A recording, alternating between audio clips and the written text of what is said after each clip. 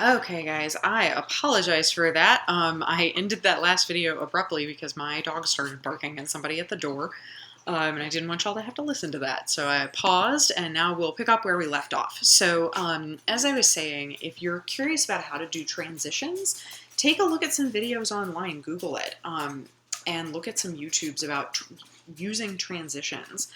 There are also some really great documents from various writing centers across the country that talk about how to do transitions. So um, it's worth kind of looking that up if you feel like that's something you struggle with. Alternatively, if you know it's something you struggle with, shoot me an email and ask me for some resources.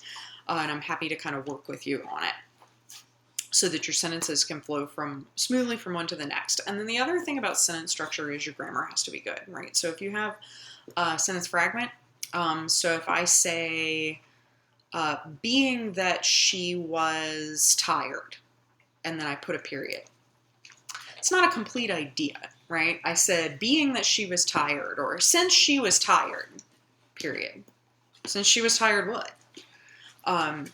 Now, what I want you to pay attention to there is if I take off that since, I can say she was tired, and that's a complete sentence, right? It has a subject and a verb.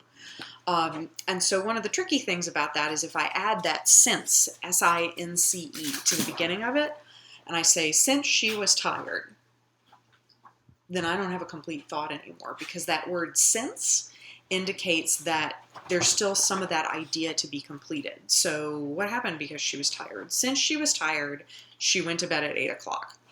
That's a complete idea. So make sure that your sentences are complete sentences. This is something you should already know how to do. So I really want to drive that home. At the time that you arrive in college writing, you should know what a complete sentence is. That's an expectation that I already have for you as college writing students, because that's something you should have covered in high school. So if you think that you have some trouble with sentence structure, if you don't write complete sentences, you're not sure what subjects and verbs are, please reach out to me so that I can tutor you on it a little bit. Shoot me an email and say, Miss Toline, it scared me when you said that I should already know how to do sentence structure because I don't feel real strong in it. And then I can give you some exercises to practice. Because, somewhere along the way, somebody might have missed you and you might have done well enough, but still had some problems. And you might still feel a little about it or a little underconfident. And so if I said, I expect you to know how to do this, and you thought, yeah, but I feel like I don't know, that's a good time to reach out to me and say, can you provide me with some extra resources? Now, it means you're going to have to do some work in your own time to get a little better at that, but I am happy to help you if you need some help. So just FYI. Word choice just means you're using the right word for the right circumstances.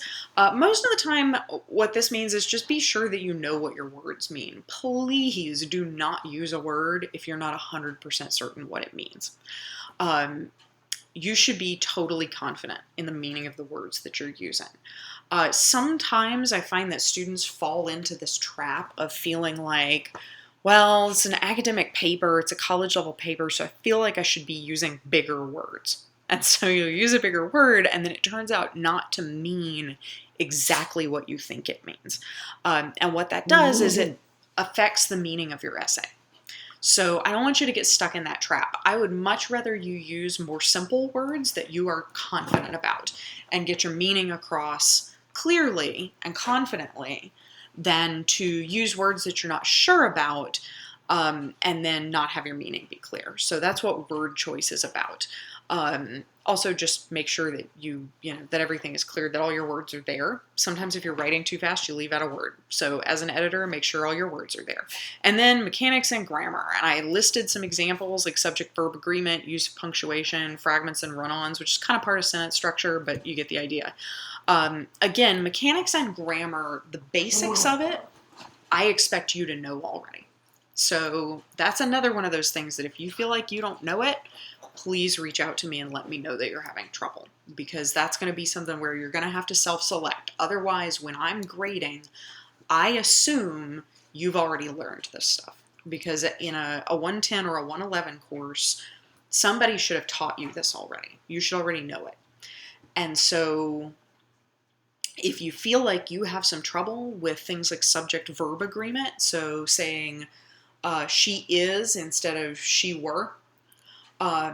If you feel like you have trouble with stuff like that and you get marked off for it a lot, that's definitely a time to come to me for extra resources, because otherwise when I grade, I'm kind of assuming you already know how to do grammar, and that if you made a grammar error, it's because you didn't edit and not because you didn't know the rule. So I'll be a little more lenient on this essay because it's our first graded one, but in the future, if you feel like this is something you're getting marked off for a lot, please get in touch with me for some resources. Also, Turnitin has this really cool function where you can actually get a grammar report on your paper, so you can find out, what's this thing marking me off for, right? How is this working? Am I getting a lot of marks for grammar, or am I doing pretty well with my grammar? So that's something to notice too. So Turnitin will automatically help you with editing your grammar. And then here's your length and formats, thing everybody wants to know. So your essay should be 800 to, that's supposed to say 1,000, so please don't hand me something that's 100 words. I'll fix it. That is supposed to say 800 to 1,000 words. See, here's an example, right? I made a typo and I should have edited that, and slap me on the hand. I would lose a point for that, right? Because that's a really obvious edit. I should have caught it. So I am also human, and I would understand if you deducted points for that. That should say 800 to 1,000 words, which I believe it does say in your prompt. So make sure you're following those directions.